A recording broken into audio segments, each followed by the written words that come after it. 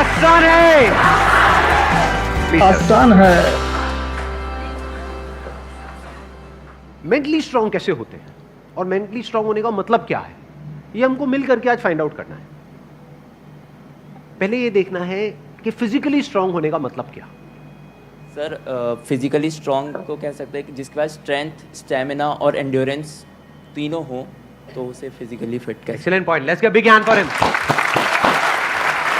सही बात बोला भाई ने।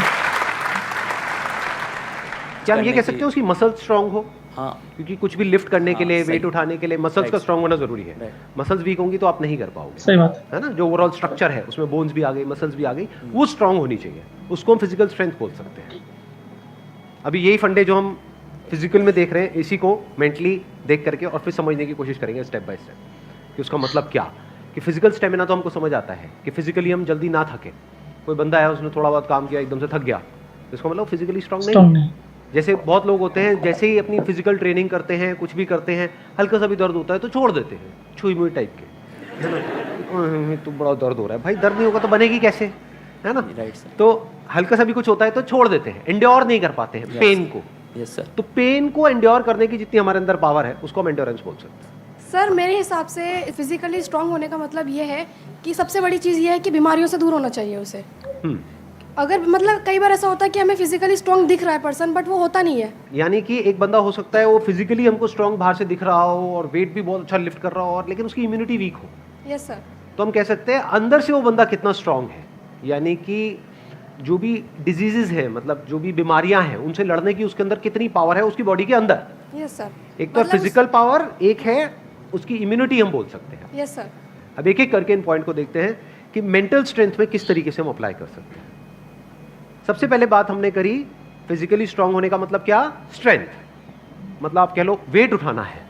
जैसे कहीं हम जा रहे हैं रेलवे स्टेशन पे, यहाँ पे, वहाँ पे, एयरपोर्ट पे, और अगर दोनों हाथ में पूरा भारी भारी पूरा भरा हुआ लगेज है, जैसा हम लोग इंडियंस ज़्यादातर लेकर के जाते हैं, लगेज बंदे से भारी होता है, सही है नहीं है? सही है। 3-3 बंदे बैठ बैठ करके उसको पैक कर रहे होते हैं घर पे। माँ चढ़ी होती है और साथ में बच्चे भी, बेटा तू भी आ जा, तू भी आ जा। पति का, अरे तू क्या देगा, इधर बैठ।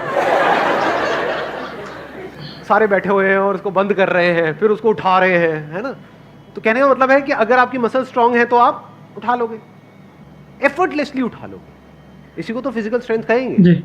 एक है बहुत एफर्ट लगा के आपको कोई छोटा सा काम करना पड़ रहा है, एक है बहुत बड़ा काम भी आप कर रहे हो बिना किसी एफर्ट के। क्यों? क्योंकि आपकी बॉडी स्ट्रांग है, बॉडी स्ट्रॉन्ग। आपकी मसल स्ट्रांग है।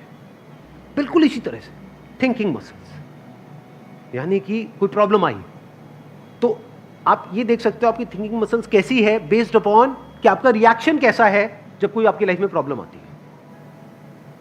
3 सिचुएशंस हैं यहाँ पे, तीनों को एक एक करके देखते हैं। एक है कोई बड़ी प्रॉब्लम आई हमारे सामने और हमने अपने हथियार डाल दिए और हम एकदम से परेशान हुए, तो हम क्या कहेंगे, हमारी मेंटल मसल्स कैसी है, वीक है। वीक है। मतलब बिल्कुल ऐसा हो गया कि लगेज थोड़ा सा भारी है तो लगेज भारी है, मैं नहीं उठाऊंगा। अरे भाई अपने आप को स्ट्रांग कर, मैं आगे ट्रैवल नहीं करूंगा। क्यों? क्योंकि लगेज भारी है, मैं तो यही रहूंगा, बस स्टैंड पे ही रहूंगा, मैं नहीं जाऊंगा। तो आप हंस रहे हो लेकिन ऐसे ही हम करते हैं लाइफ में। जी। तो बड़ी प्रॉब्लम आई तो हम क्या करते हैं, अपने हथियार डाल देते हैं, मतलब वी गिव अप,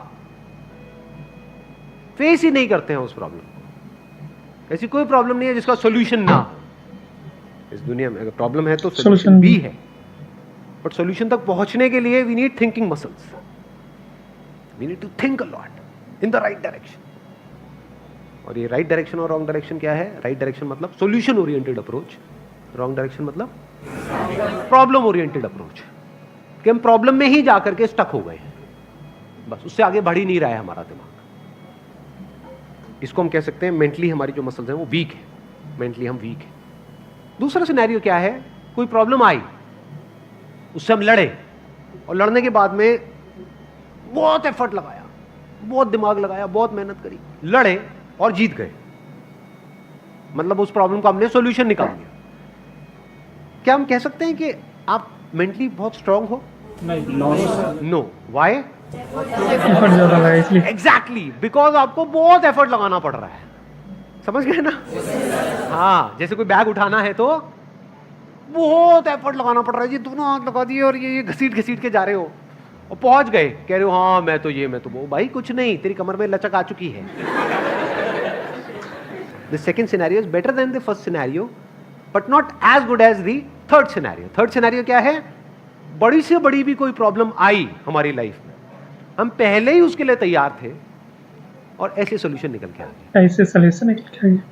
मतलब वो प्रॉब्लम जो दुनिया के लिए बहुत बड़ी है, जिसको देख करके लोग डरने लग जाते हैं, वो प्रॉब्लम आपके सामने आई, आपने यूं सॉल्व कर दिया, एफर्टलेसली काम हो गया जी।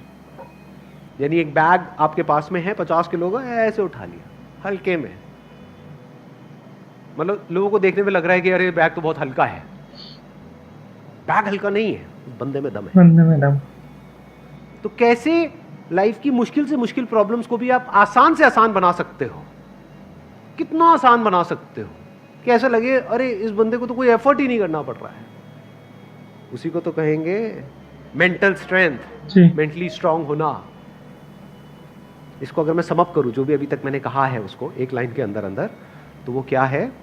एक कैटेगरी होती है लोगों की जो सिंपल से सिंपल प्रॉब्लम्स को भी कॉम्प्लिकेटेड बना देते हैं अपने माइंड में। जी। 99% लोग ऐसे ही हैं इस दुनिया में। सिंपल सी प्रॉब्लम है, कुछ भी नहीं, उसको भी इतना कॉम्प्लिकेटेड किया हुआ है जैसे पता नहीं क्या हो गया, हवा बना दिया है पूरा का पूरा। और दूसरी कैटेगरी होती है लोगों की, ऐसे बहुत कम लोग होते हैं, वही होते हैं जिन्होंने एक्चुअल में काम किया होता है अपनी मेंटल मसल्स के ऊपर। वो कौन होते हैं? जो कॉम्प्लिकेटेड से कॉम्प्लिकेटेड प्रॉब्लम्स होती हैं उनके सामने, जिसको देख करके ही बंदा कहे अरे यार ये तो बहुत कॉम्प्लिकेटेड है, उसको भी सिंपल बना देते।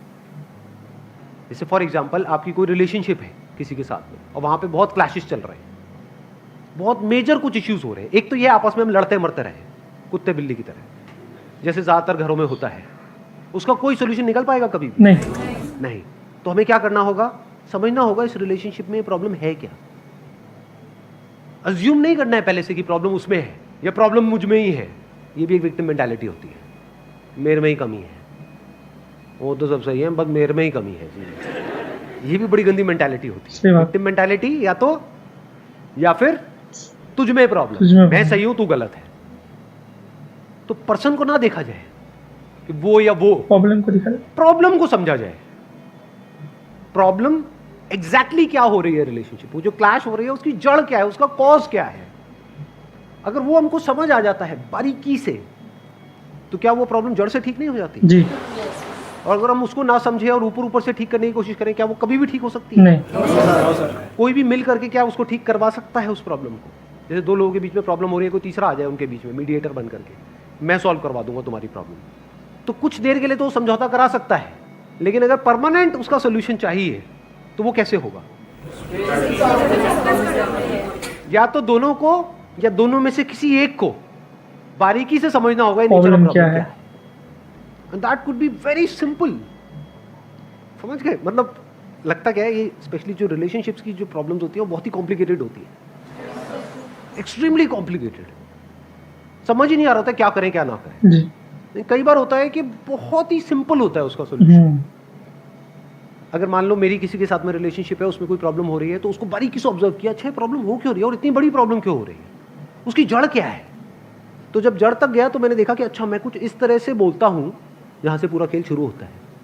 अगर मैं ये ना बोलूं तो, और इसकी जगह ये बोल दूं तो क्या खेल अलग डायरेक्शन में नहीं चला जाएगा? दोनों का अंडरस्टैंडिंग होना बहुत जरूरी है। आप कह रहे हो दोनों की अंडरस्टैंडिंग होना बहुत जरूरी है? हाँ जी सर। ध्यान से समझना, अब ये प्रॉब्लम ओरिएंटेड अप्रोच है, सॉल्यूशन ओरिएंटेड अप्रोच है?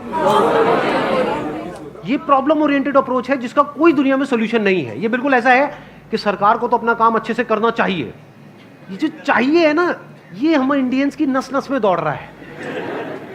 सड़कों पे सबको अपनी गाड़ी ढंग से चलानी चाहिए, रेड लाइट पे सबको रुकना चाहिए, ये होना चाहिए, वो होना चाहिए, यहाँ पे सफाई होनी चाहिए, दोनों को एक दूसरे को समझना चाहिए, जो कभी नहीं होगा। तो क्या हो सकता है, इसका सोल्यूशन क्या है? ये हो गई प्रॉब्लम ओरिएंटेड थिंकिंग कि हमारी लड़ाई की जड़ क्या है, मैं तो उसको समझता हूँ, वो मुझे नहीं समझती। समझ गए ना, आ गई ना प्रॉब्लम जी। जबकि सोल्यूशन क्या है, मुझे ही समझना है, खत्म। सही बात बोला सर। तो कैसा रहा आज का वीडियो, जरूर कमेंट सेक्शन में बताइए। अगर आप इस चैनल पे नए हैं तो चैनल को जरूर सब्सक्राइब कीजिए हमारे साथ जुड़े रहने के लिए और इसी तरह के वीडियोस देखने के लिए। चलिए दोस्त, आज के लिए इतना ही, फिर मिलेंगे नेक्स्ट वीडियो में। Bye bye, take care.